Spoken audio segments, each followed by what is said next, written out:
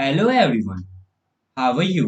I hope you all are fine. आज हम लोग national institute of open schooling का secondary course science and technology book 2 module 6 natural resources का lesson number 26 air and water जो chemistry का chapter है start करने वाले हैं। तो चलिए शुरू करते हैं। Hello, dear students. Hope you all will be fine. Today we are going to study chapter 26 Air and Water. So let's start this chapter. You have already learned that air is a mixture of gases and is one of the main abiotic components of the environment. Air is an extremely important natural resource as living organisms breathe in air. A human being breathes about 22,000 times in a day and takes about 16 kg of air into the body during this process. आप लोगों ने पहले भी पढ़ चुका है कि जो हवा है वो बहुत सारी गैसों का मिश्रण है और यह हमारा पर्यावरण का एक मेन अबायोटिक कंपोनेंट है। हवा बहुत ही ज़्यादा एक महत्वपूर्ण नेचुरल रिसोर्स है जो कि हर एक लिविंग ऑर्गेनिज्म के लिए ज़रूरत है क्योंकि वो हवा को अपनी प्राण शक्ति के रूप में ग्रहण करते हैं, सांस उस हवा से लेते हैं। एक ह्यूमन बीइंग दिन भर में करीब 22,000 बार सांस लेता है और लगभग 16 केजी हवा वो अपने बॉडी में लेता है इस प्रोसेस के दौरान। Like air, water is another abiotic component of the environment, which is also essential for all living beings. Water is the most abundant and renewable natural resource. It covers about three quarters of Earth's surface. Water occurs in nature in the freeze state as well as in the combined state. The different properties of water make it useful and essential in our daily life. We shall learn about air and water in this lesson. वायु के जैसा जो हमारा जल है वो भी हमारे पर्यावरण का एक महत्वपूर्ण हिस्सा है, वो भी एक अबायोटिक कंपोनेंट है जो कि हर एक जीव के लिए बहुत ही आवश्यक है। वाटर एक ऐसा अबंडेंट है वो जो कि हमारे अबंडेंट एलिमेंट है, मीन्स वो बहुत ही हमारे पृथ्वी पे वो बहुत ही मात्रा में पाई जाती है और वो एक रेन्यूएबल नेचुरल रिसोर्स है। ये हमारे पृथ्वी को लगभग 3/3 हिस्सों को कवर करती है। वाटर जो है वो नेचर में फ्री स्टेट में और कंबाइंड स्टेट में पाया जाता है और हमारे जल के बहुत सारे प्रॉपर्टीज होते हैं जिसके कारण ये हमारे लिए बहुत ज़्यादा यूजफुल है हमारे डेली के लाइफ में और ये हमारे लिए बहुत ज़्यादा आवश्यक भी है। तो हम लोग इस लेसन में जल और वायु की महत्ता को पढ़ने वाले हैं। Composition of air. Ancient philosophers considered air is the most vital element. Mayo in 1674 proved that air is not an element but is a mixture of two substances, one of which is active and the other is non-active. Lavoisier in 1789 named the active element as oxygen and said that it is 1/5 of the total volume of air. The non-active element in air is nitrogen and it is about 4/5 of the total volume of air. The ratio of oxygen and nitrogen in the air is about 1:4 by volume. तो हमारे जो ancient philosophers हैं उन्होंने क्या बताया कि जो हवा है वो एक वाइटल एलिमेंट है, परंतु जो मेयो थे 1674 में उन्होंने साबित किया कि एयर एलिमेंट नहीं बल्कि दो से ज़्यादा सब्सटेंसों का मिश्रण है, एक जो कि एक्टिव है और दूसरा नॉन एक्टिव है। लैवोजियर ने 1789 में एक्टिव एलिमेंट को ऑक्सीजन बोला जो जिसका वॉल्यूम पूरा एयर में 1/5 है और दूसरे जो नॉन एक्टिव एलिमेंट उसे नाइट्रोजन बताया जो कि उसका वॉल्यूम 4/5 है। जो रेशियो है ऑक्सीजन का और नाइट्रोजन का हमारे एयर में बाई वॉल्यूम 1:4। एयर है जो कि गैसेस का मिश्रण है और जो कंपोजिशन ऑफ ड्राई एयर है मीन्स जो ड्राई एयर में जितने भी गैसेस का कंपोजिशन है सी लेवल पे उसका हम लोग टेबल 26.1 में दिया हुआ हम लोग उस टेबल को पढ़ेंगे। Here is table 26.1 composition of air. तो लेफ्ट साइड में गैस दिया हुआ और उसका राइट साइड में कंपोजिशन दिया गया है बाय वॉल्यूम। नाइट्रोजन का कंपोजिशन 78.03 है, ऑक्सीजन का 20.09, आर्गन का 0.94, कार्बन डाइऑक्साइड का 0.033, inert gases like neon, helium, krypton, xenon. का कॉम्पोजिशन 0.0020 है। Water is excluded from this table because its concentration in air varies drastically from location to location. तो इस table से water को हटा दिया गया क्योंकि जो हवा में जो पानी की मात्रा होती है वो लोकेशन के हिसाब से चेंज होती रहती है। मीन्स जहाँ पे समुद्री लेवल के पास हवा में ज़्यादा नमी होती है, वही अगर राजस्थान साइड चला जाए या फिर मरुस्थलीय जगह पे चला जाए, डेजर्ट साइड चला जाए, तो वहाँ पे हवा में पानी की कमी हो जाती है। Which of the gases mentioned above is important for the following? Photosynthesis and breathing. Yes, you are right. Carbon dioxide and oxygen. तो अब हम लोग को पूछा जा रहा है कि फोटोसिंथेसिस के लिए कौन सी गैस की आवश्यकता होती है। तो कार्बन डाइऑक्साइड की आवश्यकता होती है और ब्रीथिंग के लिए कौन सी गैस की आवश्यकता होती है? ऑक्सीजन की। Here is activity 26.1. Let us perform a simple activity to study the presence of carbon dioxide in air.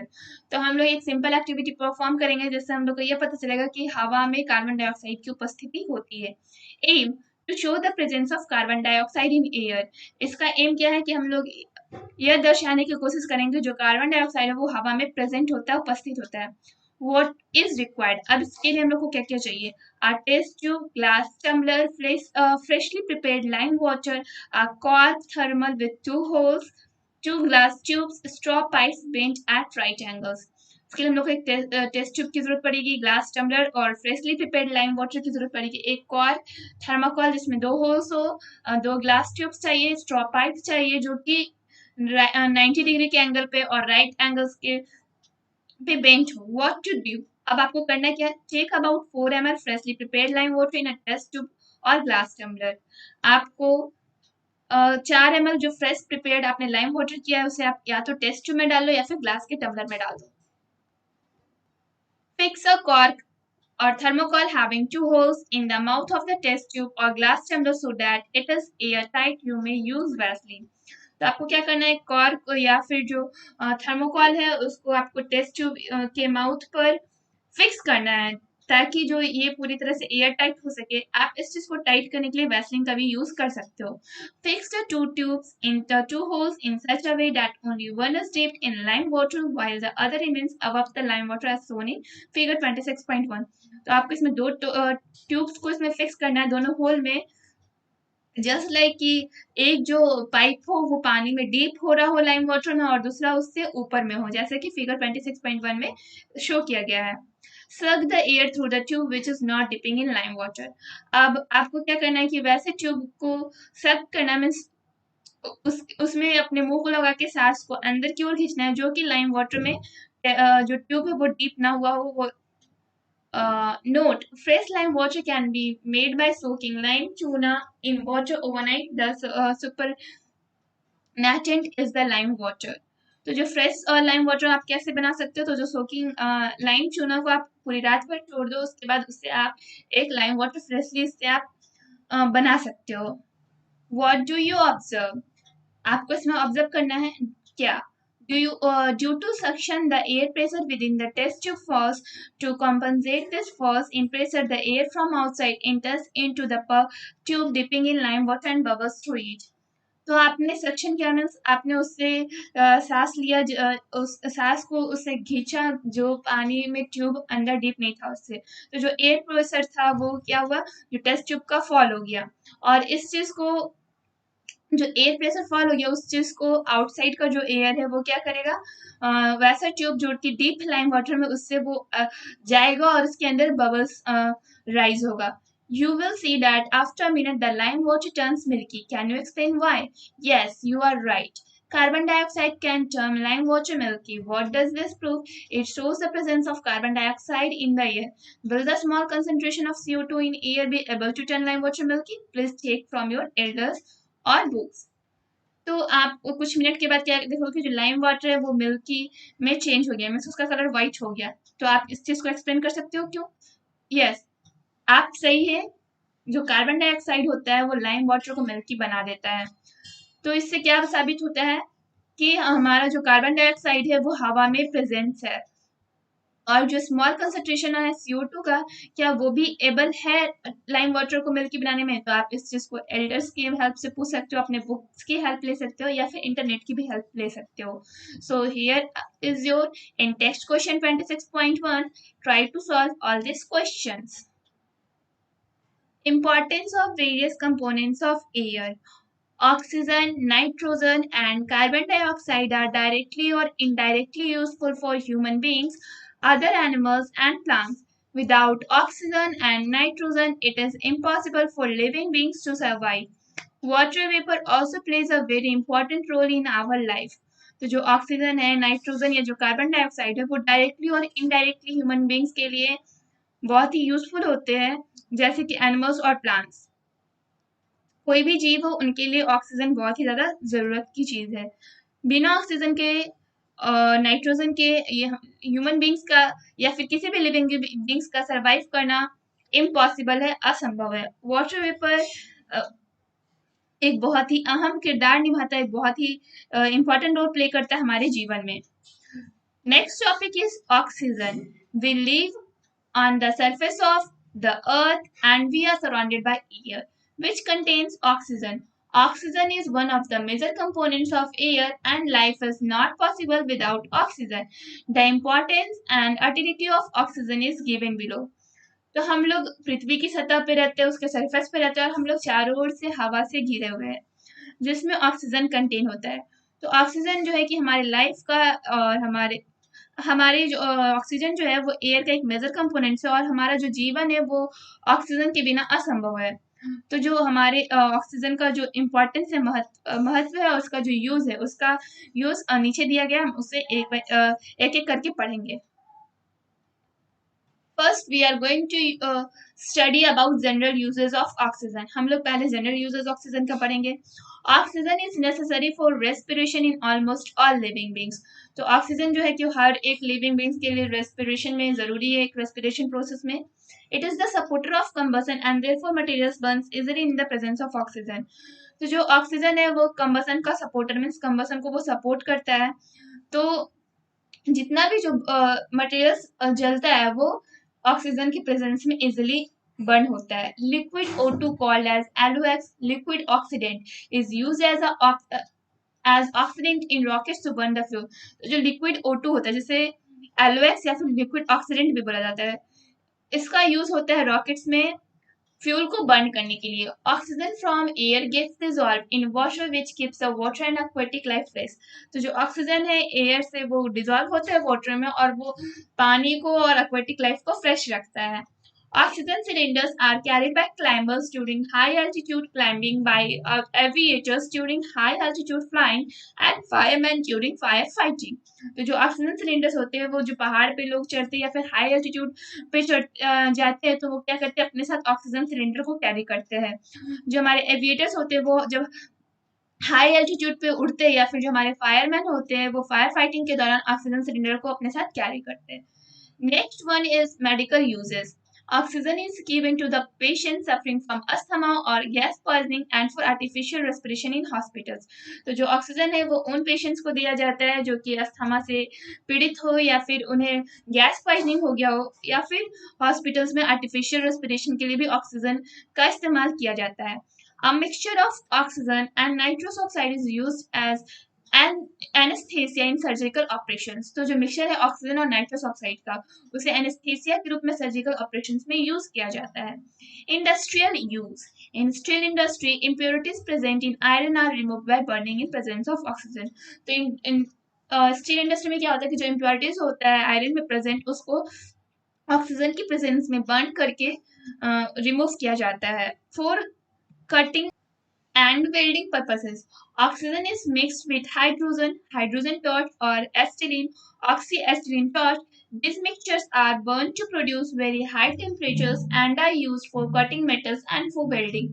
तो कटिंग और वेल्डिंग पर्पस के लिए भी ऑक्सीजन का यूज किया जाता है. जो ऑक्सीजन है उसे हाइड्रोजन या हाइड्रोजन टॉर्च या फिर एसिटिलीन या फिर उसे ऑक्सीएसिटिलीन टॉर्च भी बोला जाता है, उसके साथ मिक्स किया जाता है, और ये जो मिक्सचर है उससे क्या किया जाता है, उस हाई टेम्परेचर प्रोड्यूस किया जाता है जिससे मेटल्स को कटिंग करने और वेल्डिंग करने के लिए यूज किया जाता है। Oxygen is also use for the manufacture of sulphuric acid from sulphur and nitric acid from ammonia. तो जो ऑक्सीजन होते हैं वो सल्फ्यूरिक एसिड को सल्फर से बनाने में और अमोनिया से नाइट्रिक एसिड बनाने में भी हेल्पफुल होते हैं। हार्मफुल इफेक्ट्स ऑफ ऑक्सीजन, हम लोगों ने अभी पढ़ा ऑक्सीजन के यूजेस को, अब हम लोग पढ़ेंगे हार्मफुल इफेक्ट्स। जो ऑक्सीजन के हार्मफुल इफेक्ट्स क्या क्या हो सकते हैं। Corrosion means deterioration of metals by an electrochemical process. The most common example of corrosion is the rusting of iron. Oxygen gas and water must be present for iron to rust. Similarly, articles made of other metals like aluminium and copper also corrode slowly in the presence of oxygen. Can you list any two rusted items that you have seen? Write them in the space provided. Corrosion का मतलब क्या होता है कि वो metal की quality को डेट्यूरेट कर देता है, मीन्स खराब कर देता है, और ये एक इलेक्ट्रोकेमिकल प्रोसेस है। इसमें जो मोस्ट कॉमन एग्जांपल है कोरोजन का वो क्या है, rusting of iron, means iron में जंग लग जाना। ऑक्सीजन गैस और जो पानी है वो हवा में प्रेजेंट होते हैं जिसके कारण आयरन में रस्टिंग हो जाता है। सिमिलरली जो आर्टिकल्स होते हैं वो मेटल्स लाइक एल्यूमिनियम और कॉपर से बने हुए होते हैं, वो भी ऑक्सीजन के प्रेजेंस में उनका भी जो क्वालिटी है वो खराब हो जाता है, वो कोरोड हो जाते हैं। तो यहाँ पे लिस्ट प्रोवाइड किया गया है जिसमें आपको क्या करना है कि आपको टू लिस्टेड आइटम्स का नाम लिखना है जिसमें जंग लग जाता है। Oxygen combines with almost all elements to form oxides. तो जो हमारा ऑक्सीजन है वो हर एक एलिमेंट के साथ कंबाइन होके ऑक्साइड्स का निर्माण करता है। Now we have the next topic, which is nitrogen. Nitrogen is the main constituent of proteins. A number of amino acids containing nitrogen join together to form a protein. Proteins build the body enzymes which act as a catalyst in biochemical reactions occurring in the body are mostly proteins. Main uses of nitrogen are as follows. तो जो nitrogen है वो एक main constituent है किसी भी protein का।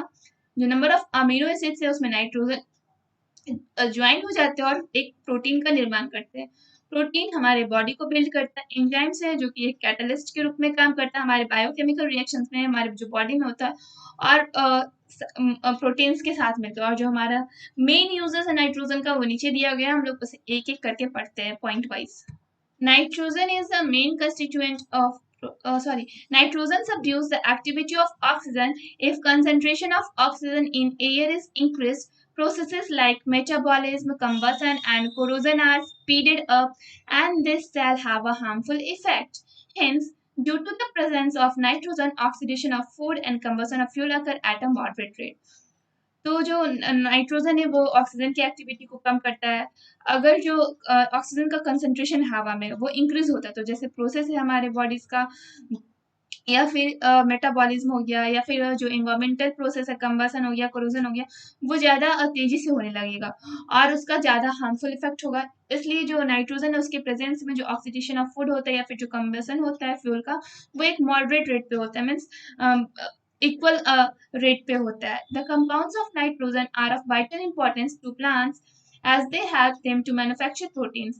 Animals and humans obtain proteins from plants, recollect the functions of proteins, and name one protein deficiency disorder in growing children. तो जो कंपाउंड है नाइट्रोजन वो क्या है, हमारे प्लांट्स में एक वाइटल रोल इम्पोर्टेंस अपना प्ले करते हैं। इस चीज में तो वो प्लांट्स में भी प्रोटीन्स का मैन्युफैक्चर करते हैं। जो एनिमल्स है और जो ह्यूमंस है वो प्रोटीन्स का कहाँ से ऑब्टेन करते हैं, प्लांट से ऑब्टेन करते हैं। तो आपको क्या करना है कि जो फंक्शंस है प्रोटीन्स का उसको आपको कलेक्ट करना है, और उसमें से एक जो प्रोटीन डेफिशिएंसी है डिसऑर्डर जो कि ग्रोइंग चिल्ड्रन होता है, आपको उससे भी नोट डाउन करना है। Carbon dioxide, the percentage of carbon dioxide in air varies from place to place, which two human activities are responsible for increase in atmospheric carbon dioxide. तो जो परसेंटेज होता है कार्बन डाइऑक्साइड का वो place to place change होते रहते हैं। Human activities जो कि रिस्पॉन्सिबल है एटमॉस्फेरिक कार्बन डाइऑक्साइड को बढ़ाने में, आप यहाँ पे उसको मेंशन कर सकते हो। मेन यूजेस और ऑफ कार्बन डाइऑक्साइड आर, तो यहाँ पे हम लोग मेन यूजेस देखेंगे कार्बन डाइऑक्साइड का। During photosynthesis, plants absorb carbon dioxide and water vapor from atmosphere and convert into carbohydrate sugars in the presence of chlorophyll and sunlight. तो photosynthesis के दौरान जो प्लांट्स है वो कार्बन डाइऑक्साइड को absorb करते हैं और जो वाटर वेपर एटमॉस्फेयर के द्वारा उसको ऑब्जर्व करते हैं और क्या करते हैं जो वाटर वेपर है वो कार्बोहाइड्रेट्स या शुगर को कन्वर्ट कर देते हैं सनलाइट और क्लोरोफिल के प्रेजेंस में. Carbon dioxide dissolves in water to form carbonic acid H2CO3, which reacts with rocks that contain calcium carbonate or magnesium carbonate. Salts तो जो कार्बन डाइऑक्साइड है तो वाटर के साथ डिजोल्व होकर कार्बोनिक एसिड का फॉर्मेशन करते हैं जो कि रॉक्स के साथ जो कैल्शियम कार्बोनेट और मैग्नीशियम कार्बोनेट को कंटेन करते हैं उसके साथ डिजोल्व होकर या उसके साथ मिल करके सॉल्ट्स का निर्माण करते हैं. These salts keep the taste of natural water and also supply Ca2+ and Mg2+ ions to the plants which are necessary for their growth. तो ये जो सॉल्ट्स होते हैं वो नेचुरल वाटर को टेस्ट देते हैं और ये Ca2+ और Mg2+ आयंस को प्लांट्स को सप्लाई करते हैं जो कि उनके ग्रोथ के लिए बहुत ही आवश्यक है. It is also used in food preservation. When stored in an atmosphere of CO2, the grains are prevented from being destroyed by insects. Can you give a reason?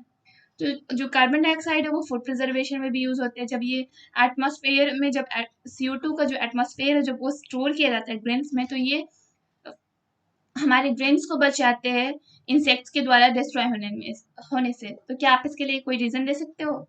Solid CO2 which is known as dry ice is used as a refrigerant. तो जो solid CO2 है उसे dry ice के नाम से जाना जाता है और ये रेफ्रिजरेंट के लिए यूज किया जाता है. Dissolved in water, CO2 is used in the preparation of soft drinks. The effervescence that comes out when we open a soft drink bottle is carbon dioxide. तो CO2 जो है वो वाटर में डिजॉल्व करके से ड्रिंक्स के preparation में use किया जाता है. और ये कब बाहर आता है जब हम लोग सॉफ्ट ड्रिंक के बॉटल को ओपन करते हैं तो. CO2 is used in fire extinguisher और जो कार्बन डाइऑक्साइड उसका फायर एक्सटिंगाइजर में भी यूज किया जाता है.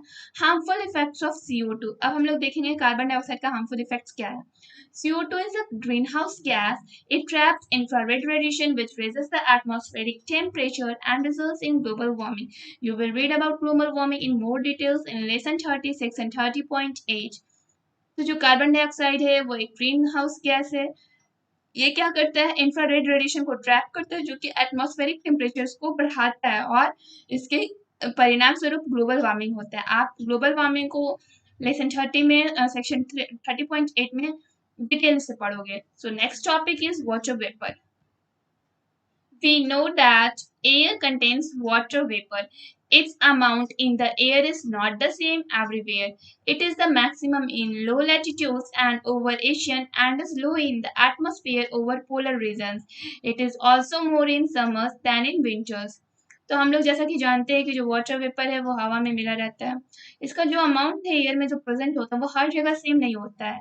तो जहाँ पे लो लैटिट्यूड्स होता है वहाँ पे वाटर वेपर का अमाउंट मैक्सिमम होता है जैसे कि ओशियंस के पास और जो हमारा पोलर रीजन है वहाँ पे.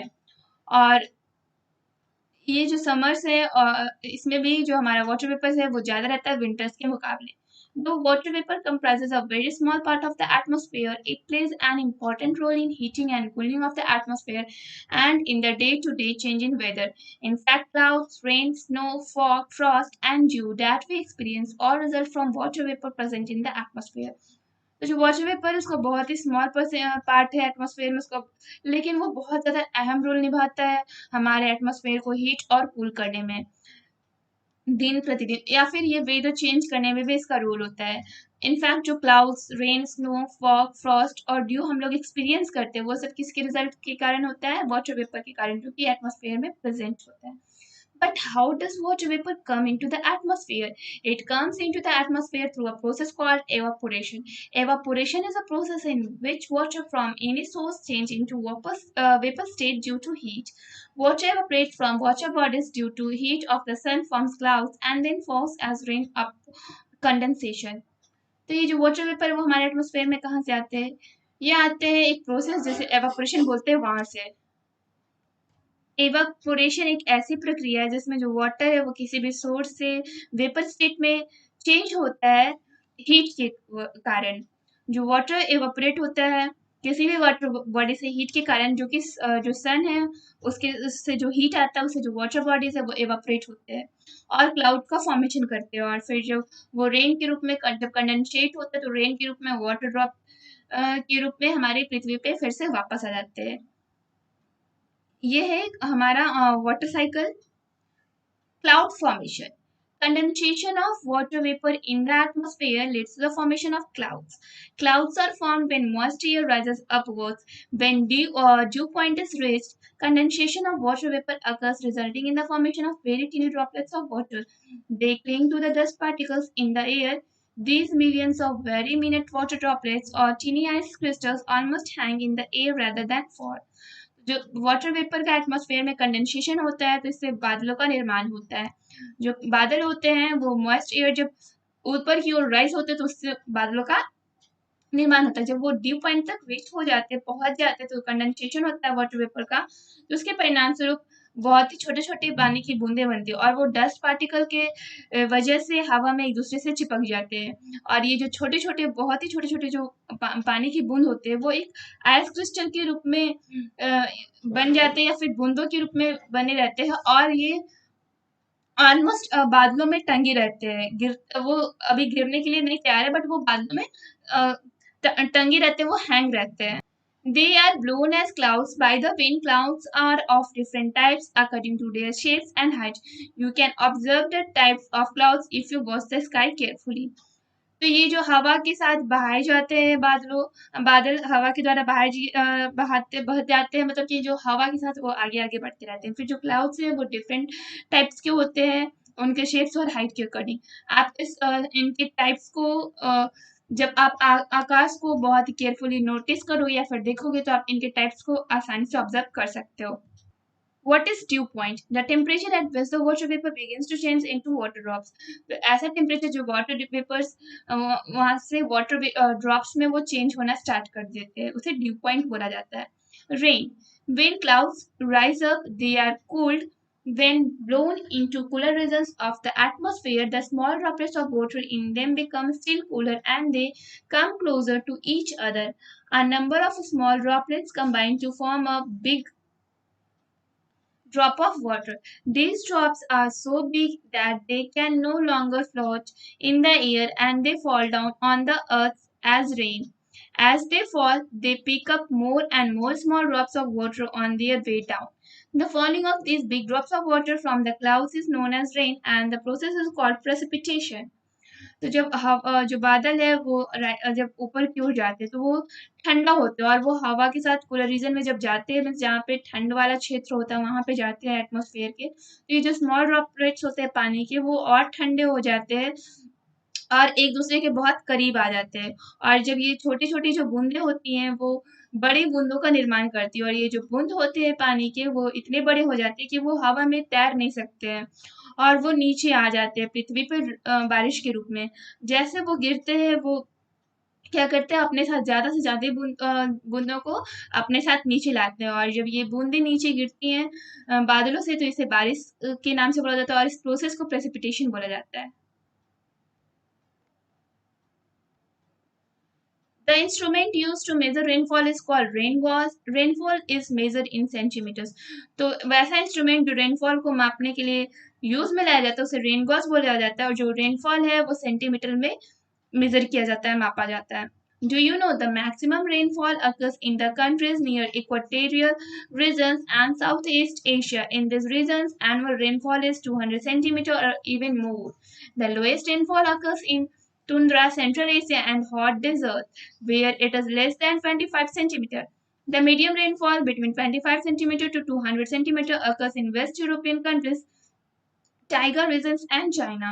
तो जो मैक्सिमम रेनफॉल है वो कहाँ होता है, वैसा कंट्री जो इक्वेटोरियल रीजन्स के पास हो, जैसे कि साउथ ईस्ट एशिया। इस रीजन में जो एनुअल रेनफॉल है वो 200 सेंटीमीटर या उससे ज़्यादा होता है, और जो लोएस्ट रेनफॉल है वो टुंड्रा सेंट्रल एशिया के पास होता है या फिर हॉट डेजर्ट्स के पास, जहाँ पे एनुअल रेनफॉल लगभग 25 सेंटीमीटर का होता है। जो मीडियम रेनफॉल होता है वो 25 सेंटीमीटर से 200 सेंटीमीटर के बीच में होता है, जो कि west European countries, tiger regions और चाइना में होता है। The next topic is relative humidity. The presence of water vapor in the atmosphere is known as humidity. Humidity of the air is related to its temperature. For example, during summer, you must have experienced days when both the temperature and humidity are high. तो जो water vapour होता है वो हमारे atmosphere में present होता है, उसे ह्यूमिडिटी बोला जाता है, नमी बोला जाता है। ह्यूमिडिटी है जो कि एयर से रिलेटेड होता है और उसके टेम्परेचर से। एग्जांपल के लिए गर्मियों के मौसम में आपने एक्सपीरियंस किया होगा कि जो टेम्परेचर और ह्यूमिडिटी दोनों हाई है। Relative humidity is the ratio of the mass of water vapor actually present in a certain volume of air at room temperature to the mass of water vapor required to saturate the same volume of air at that temperature. तो relative humidity किसको बोला जाता है? वैसा जो humidity जो कि पानी के हिसाब से उसका जो जल है, मास है वाटर का, वाटर वेपर का, उसका जो रेशियो वो एक्चुअली जो सर्टेन वॉल्यूम पे प्रेजेंट होता है हमारे एयर में रूम टेम्परेचर के हिसाब से, और से हम लोग जब सैचुरेट करते हैं उसका जो सेम वॉल्यूम होता है एयर का वो उस टेम्परेचर पे प्रेजेंट हो कांस्टेंट के रूप में। While mentioning the relative humidity, it is necessary to mention the temperature. The instrument used to measure relative humidity is called hygrometer. तो हम लोगों ने जब रिलेटिव ह्यूमिडिटी को मेंशन किया तो ये ज़रूरी है कि हम लोग इसके टेम्परेचर को भी मेंशन करें। तो जो इंस्ट्रूमेंट है वो मेजर करता है रिलेटिव ह्यूमिडिटी को, उसे क्या बोला जाता है? Hygrometer. Here is your in-text question 26.2. Try to solve all these questions. Well chapter complete नहीं हुआ है। अगर इस चैप्टर से किसी भी टॉपिक से प्रॉब्लम हो तो अपनी प्रॉब्लम को कमेंट बॉक्स में रखें, हम लोग उसे सॉल्व करने का कोशिश करेंगे। Thank you everyone.